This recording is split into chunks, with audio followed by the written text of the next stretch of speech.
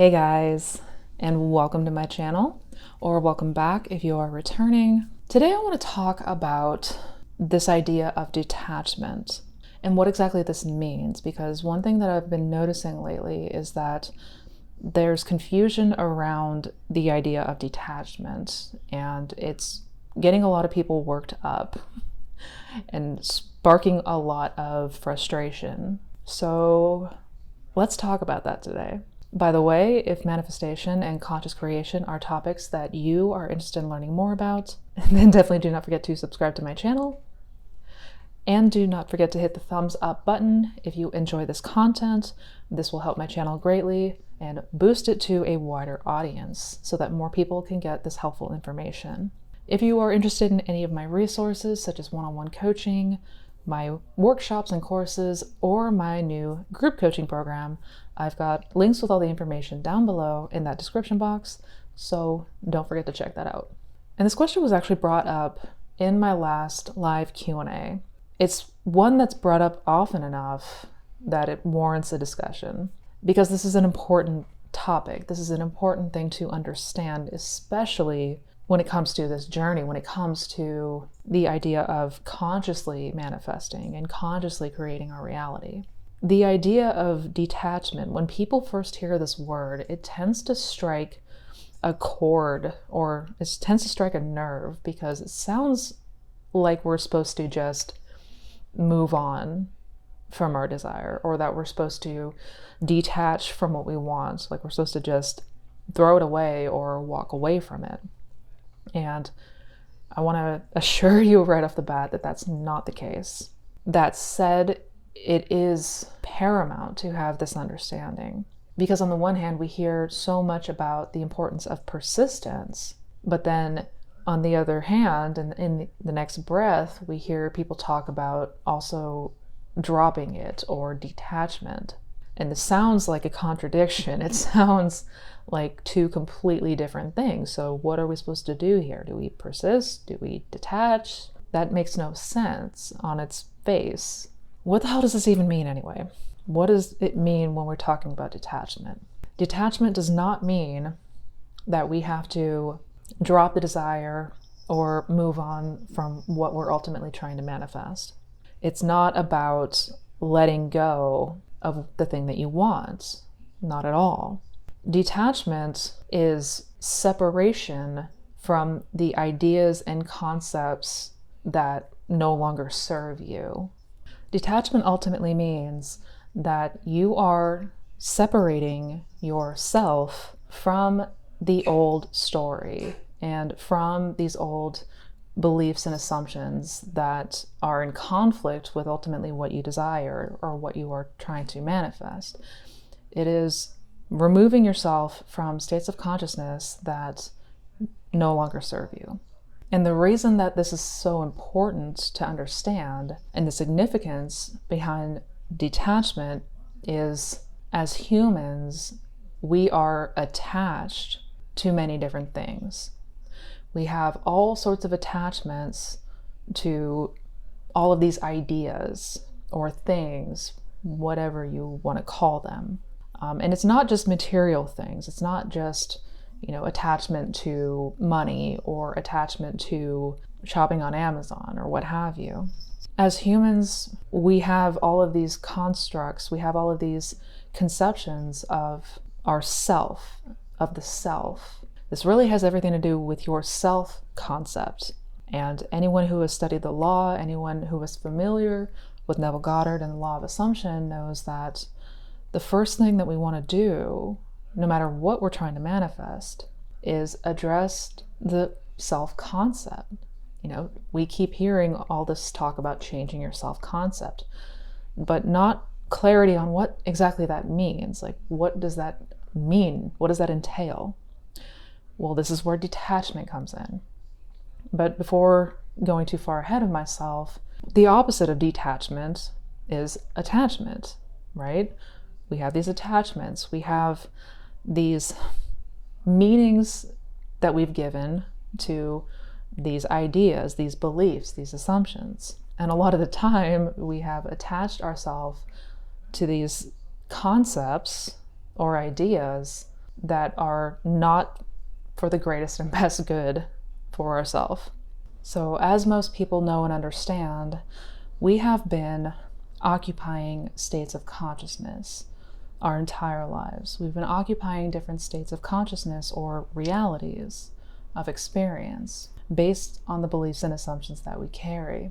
And it's that self-concept again that we turn to. This self-concept is all of the ideas that we have about us. It is the things that we have identified with, the things that we have attached ourselves to. Whatever the ideas that we carry, that we have this attachment to, if it is in conflict with the thing that we desire, well, therein lies the struggle, because that's when it begins to feel challenging. That's when it begins to feel very difficult.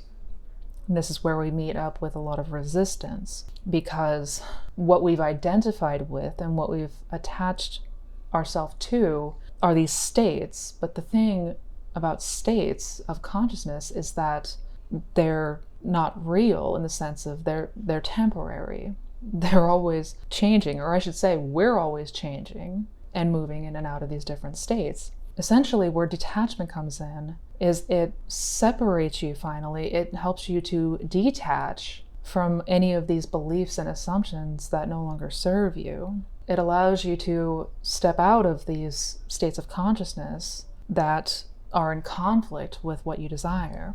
The self-concept is essentially many different things that we identify with. So that could be anything from, your nationality, what your interests are, if you're a vegetarian, or you're an alcoholic, or you're somebody who's unlucky in love. We have these constructs. They're mental constructions that we've created, that we've moved into. And what happens is, if we spend enough time in these states or in these things that we've identified with, we begin to feel like that is truly us. If we spend enough time in the state of being an American, or being a European, or being a priest, or being a rock star, whatever it is, this is going to feel like the real you. It's going to feel very, very real. But that's not who we really are. And this is the part that is fundamental to understand about detachment. We have identified with these states or these ideas, these concepts for so long that we fall under the illusion that that's who we actually are. That I'm this human being named Missy, I'm an American, I'm, this and that and whatever, I'm passionate, I'm stoic at times, this is what I stand for, this is what I stand against. These are all based on the body of beliefs that we carry. But that's not who I really am. I've been living this human experience with all of these ideas and things that make up my personality and make up my identity, but that's not who I really am. And having this realization was such a key turning point for me. This was such a key moment for me. When we attach ourselves to these concepts, it feels like solid fact. It feels like these are immovable. And so it creates barriers. If you want something that is ultimately against or opposite of these concepts, it feels impossible, or it feels very challenging. Like if I have identified with the state of poverty for so long, maybe I've known nothing but poverty. Maybe that's what I've really grown into. And for me, that feels very real. Then trying to occupy and persist into a state of wealth and abundance is going to feel very unnatural. It's not going to feel easy to do. But the thing is, we're none of those things. We're not any of these concepts or ideas that we've attached ourselves to. Just because we've embodied this state of consciousness or this state of being for a long time doesn't mean that's what we are and that's who we are. And Neville talks about this often and tries to explain this idea often, that what we need to do ultimately is begin to peel back the layers of who we think we are, of who we have believed ourselves to be for so long. We need to get rid of the notion that we are all of these challenges that we perceive, or that we are, all of these things that we've identified with, because we're not. And you can prove this to yourself, and we're going to get into that in just a moment. Our whole lives, we have been giving meaning to things that are not real. They feel very real to us, but they're not actually real. Neville used to say that we live in a world that is dead.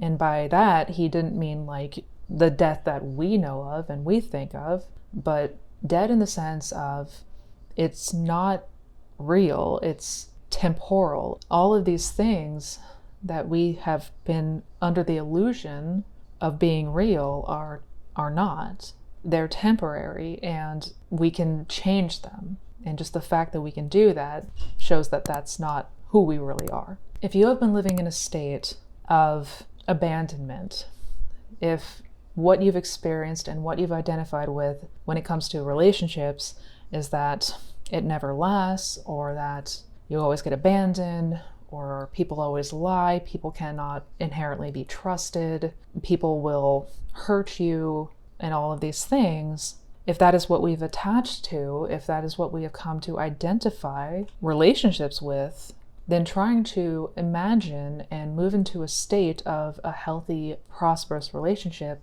is going to feel so alien to us. It's going to feel so foreign to us. And this is where the resistance comes in. This is where the struggle comes in. It feels like such a part of us now that trying to imagine anything but feels incredibly difficult, if not downright impossible. But as I mentioned earlier, you're not any of these states that you may have accidentally been identifying with. You're not any of these conceptions that you may have been fooled to believing is true. You're not any of those things. One of the things that I did to help me with this idea of detachment, you can think of awareness, or the I am, as a blank slate. A completely blank slate, and we're constantly painting and drawing all sorts of stuff on this blank slate, and we've accidentally identified with the drawing instead of the blank canvas that we actually are. And at any time we can wipe this canvas completely clean. We don't have to keep living as this misconception, as this false identity, or this identity that no longer serves us. And this is the entire point of the I am meditation. What Neville was trying to do with that meditation is help you to peel back the layers of consciousness and the layers of things that we've attached to, in order to understand that we are just this awareness. We are just wearing different masks or different garments. These states are like garments of clothing that we take on and take off, but we've identified with this costume. We think we are this costume that we're wearing, and we're not. And that's the entire point, because as awareness, as this unconditioned consciousness, without these attachments and ideas, this gives us the ability and the freedom of choice. And that is the entire point. We want to get underneath and strip away all of these labels and conceptions so that we can go back to having the choice of what we want to attach to or identify with instead. So how do we do this? How do we go about this detachment from that old self, from that old man, as Neville called it? One of the things that I would do whenever I noticed this struggle, whenever I noticed that I had a lot of attachment to certain ideas or certain things that were not helping me grow, they were certainly not helping me achieve my aim or what I wanted, I would take a moment, I would sit and close my eyes for a second and remind myself that I am not my body, that I am not this body, and that I'm not even this brain. And what do I mean by that? Well, a lot of times if somebody asks the question, who are you? The first thing you'd say is, I'm so-and-so. And somebody asks you, yeah, but who is so-and-so? You'd say, well, I'm me. I'm this this being that I look at in the mirror every day. But that's not true, because if you were your body and you were to say, lose a limb or get, scarred somehow, if something were to happen to your body, would you cease to exist? Would you cease to be aware of being? No. You would still be aware that you are you. So then one might say, well, I'm my mind, I'm my brain, I'm my thoughts, and these ideas. Okay, well, if you were your thoughts, then if you were to change those thoughts, would you cease to exist? Would you just vanish, or would you just completely disappear? No. Even with a different set of thoughts, you are still that awareness. You're still have that awareness of being you. And you can go down the line with this. I'm not my body, because even if I changed something about my body, I would still be me. I would still be this awareness that is aware of being. I'm not my thoughts, because if I change my thoughts, I'm still me. I'm still this awareness that is aware of being. I'm not my name. I'm not Missy Renee, because if I changed my name, I would still be aware of being me. I'd still be aware of being. And you can keep going and cycling through this. I'm not my body. I'm not my thoughts. I'm not my name. I'm not my profession. I'm not what my parents think I am, or my friends think I am, or my spouse thinks I am. Because if I was actually those things, then I would not be able to change those things, or I would stop existing. But the fact that no matter where I am, no matter what I am, no matter who I think I am, I'm always aware that I am. I'm always aware of being aware. I am always in this observation. I'm always aware of this awareness. Nothing can ever change that. I could change everything about myself, but I would still be aware of being me. I would still be aware of being aware.